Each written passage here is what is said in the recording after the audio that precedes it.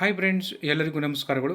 ಸ್ನೇಹಿತರೆ, ಕರ್ನಾಟಕ ವಿಶ್ವವಿದ್ಯಾನಿಲಯ ಧಾರವಾಡ ಇವರು ಸ್ನಾತಕೋತ್ತರ ಅಂದರೆ ಪಿ ಜಿಗೆ ಸ್ನಾತಕೋತ್ತರ ಪದವಿಗಳ ಬೋಧನೆಗೆ ಅತಿಥಿ ಸಹಾಯಕ ಉಪನ್ಯಾಸಕರನ್ನು ಆಹ್ವಾನಿಸುವ ಕುರಿತು ಒಂದು ಅಧಿಸೂಚನೆಯನ್ನು ಹೊರಡಿಸಿದೆ.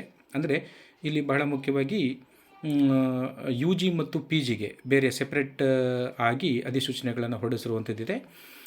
ಯು ಜಿ ಸಿ ನಿಯಮಗಳ ಪ್ರಕಾರ ಅರ್ಹತೆಯನ್ನು ಹೊಂದಿದಂಥ ಅಭ್ಯರ್ಥಿಗಳಿಂದ ಕರ್ನಾಟಕ ವಿಶ್ವವಿದ್ಯಾನಿಲಯದ ಕರ್ನಾಟಕ ವಿವಿ ಅಧೀನ ವಿಶ್ವವಿದ್ಯಾನಿಲಯಗಳ ಸ್ನಾತಕೋತ್ತರ ವಿಭಾಗಗಳಿಗೆ ಹಾಗೂ ಕರ್ನಾಟಕ ವಿವಿ ಸ್ನಾತಕೋತ್ತರ ಕೇಂದ್ರಗಳಿಗೆ 2024-25ನೇ ಸಾಲಿನ ಎಲ್ಲ ತರಗತಿಗಳಿಗೆ ಖಾಲಿ ಹುದ್ದೆ, ಹೆಚ್ಚುವರಿ ಸ್ವಾರ್ಥಿಕ ಪದವಿ ವಿಷಯಗಳ ಕಾರ್ಯಭಾರದ ಅಗತ್ಯತೆಗೆ ಅನುಗುಣವಾಗಿ ಅತಿಥಿ ಸಹಾಯಕ ಉಪನ್ಯಾಸಕರಾಗಿ ಅಂದರೆ ಗೆಸ್ಟ್ ಫ್ಯಾಕಲ್ಟಿ ಟೀಚಿಂಗ್ ಅಸಿಸ್ಟೆಂಟ್ ಸೇವೆ ಸಲ್ಲಿಸಲು ಇಚ್ಛಿಸುವಂಥ ಅಭ್ಯರ್ಥಿಗಳಿಂದ ಅರ್ಜಿಗಳನ್ನು ಆಹ್ವಾನಿಸುವಂಥದ್ದಿದೆ. ಇದು ಯು ಜಿ ಸಿ ನಿಯಮಾನುಸಾರ ನೆಟ್ ಸ್ಲೇಟ್ ಉತ್ತೀರ್ಣತೆ PhD ಪದವಿ ಪಡೆದವರಿಗೆ ಆದ್ಯತೆ ನೀಡಲಾಗುತ್ತದೆ ಅಂತಲೂ ಕೂಡ ಇದರಲ್ಲಿ ಹೇಳಿದ್ದಾರೆ. ನಿಗದಿತ ಅರ್ಜಿ ನಮೂನೆಯನ್ನು ಸಂಬಂಧಿಸಿದ ವಿಭಾಗದಿಂದ ಖುದ್ದಾಗಿ ಅಥವಾ ಕರ್ನಾಟಕ ವಿವಿ ಅಂತರ್ಜಾಲ www.kud.ac.in ಮುಖಾಂತರ ಪಡೆಯಬಹುದು ಅಂತಲೂ ಕೂಡ ಹೇಳಿದ್ದಾರೆ. ಸ್ನಾತಕೋತ್ತರ ವಿಭಾಗಗಳಿಗೆ ಹಾಗೂ ಸ್ನಾತಕೋತ್ತರ ಕೇಂದ್ರಗಳಿಗೆ ಬೇಕಾಗುವಂತಹ ಅತಿಥಿ ಸಹಾಯಕ ಉಪನ್ಯಾಸಕರ ವಿವರಕ್ಕಾಗಿ ವಿಶ್ವವಿದ್ಯಾನಿಲಯದ ಅಂತರ್ಜಾಲ www.kud.ac.in ಇಂದ ಮಾಹಿತಿಯನ್ನು ಪಡೆದು ಅರ್ಜಿ ಸಲ್ಲಿಸಲು ಸಹ ತಿಳಿಯಪಡಿಸಲಾಗಿದೆ.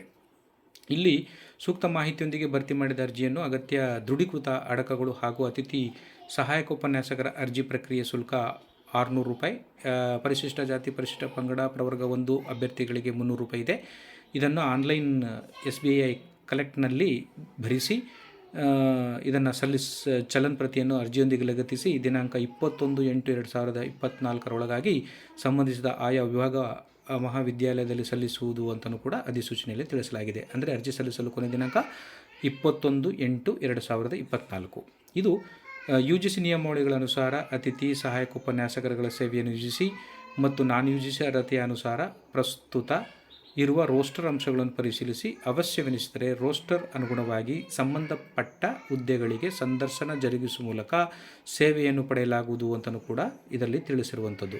ಹೆಚ್ಚಿನ ಮಾಹಿತಿಯನ್ನು ಉಲ್ಲೇಖಿತ ವೆಬ್ಸೈಟ್ ಮುಖಾಂತರ ಅಥವಾ ವಿದ್ಯಾಮಂಡಳ ವಿಭಾಗ ಸ್ನಾತಕೋತ್ತರ ವಿವಿಯಿಂದ ಕಚೇರಿ ವೇಳೆಯಲ್ಲಿ ಪಡೆಯುವುದು ಹಾಗೂ ಸಮಾಲೋಚನೆ ಸಂದರ್ಶನದ ದಿನಾಂಕ ಮತ್ತು ಸಮಯವನ್ನು ತಾವು ನೀಡಿದಂತಹ ಇಮೇಲ್ ID ಮುಖಾಂತರ ತಿಳಿಸಲಾಗುವುದು ಅಂತಲೂ ಕೂಡ ಇದರಲ್ಲಿ ತಿಳಿಸಿರುವಂಥದ್ದಿದೆ. ಆದ್ದರಿಂದ ಯಾರು ಅರ್ಹ ಅಭ್ಯರ್ಥಿಗಳಿದ್ದೀರಿ ಈ ಒಂದು ಹುದ್ದೆಗಳಿಗೆ ಅರ್ಜಿಯನ್ನು ಸಲ್ಲಿಸ್ಬೋದು ಅಂತ ಹೇಳ್ತಾ ನನ್ನ ಒಂದು ಈ ವಿಡಿಯೋವನ್ನು ಇಲ್ಲಿಗೆ ಕನ್ಕ್ಲೂಡ್ ಮಾಡ್ತೀನಿ. ಎಲ್ಲರಿಗೂ ಧನ್ಯವಾದಗಳು. ನಮಸ್ಕಾರ.